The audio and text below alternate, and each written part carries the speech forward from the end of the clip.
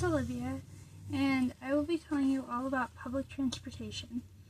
And the U.S., I have some notes here that I will be referring to throughout this video. So let's get started.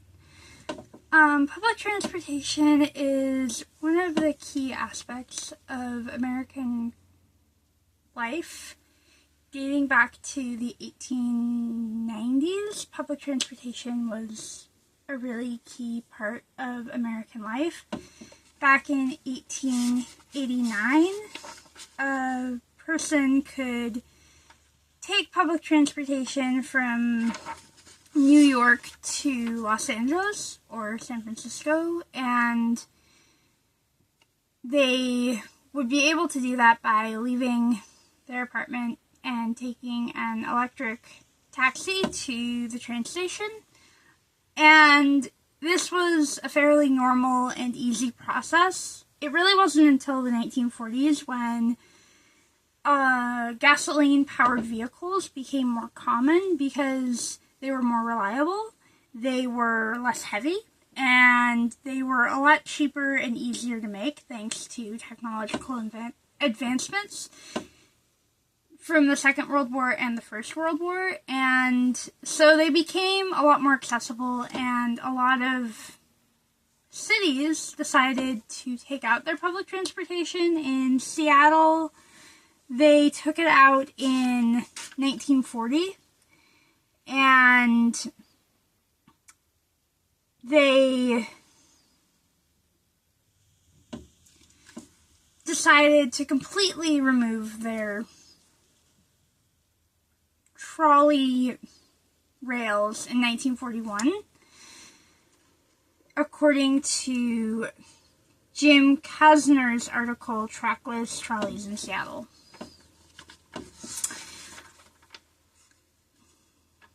But I think that after that time, public transportation sort of became looked at as a thing that only low-income, homeless, or unhoused people, whichever term you prefer to say, utilized, and unfortunately it became something that was less normalized to use.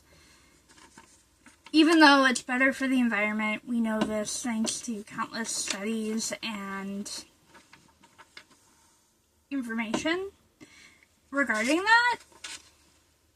Actually, it's 90% better for the environment for one bus with 20 people riding on it versus 20 cars with 2 people riding on it. According to the internet,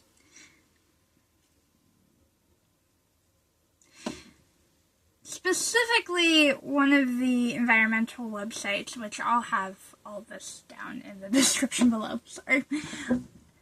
The average private car is 4.6 ton, releases 4.6%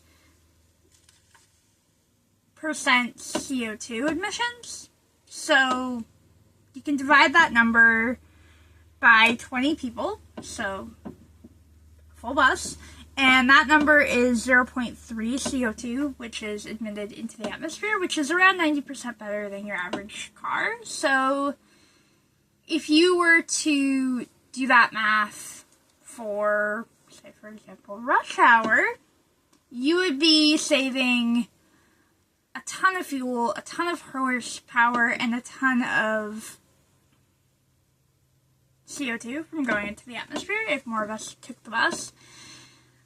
I also think it gives us some empathy. I think that the bus is one of those things where when you ride the bus, you don't really know who's going to sit next to you and who isn't going to sit next to you, and I will say that I think it produces a lot of empathy when you see impoverished individuals riding the bus versus when you just see them, like, downtown, wherever, because they are sitting right there. You can't just ignore them or treat them as less than. And I think that that is a really beautiful part of the bus.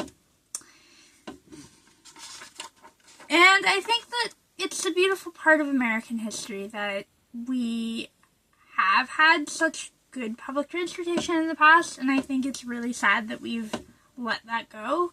But I think we can push for better public transportation. I think it can happen if we work together and we want to keep fighting, keep advocating, keep trying to get better public transportation. Thank you for listening to this video. I hope you have a lovely day.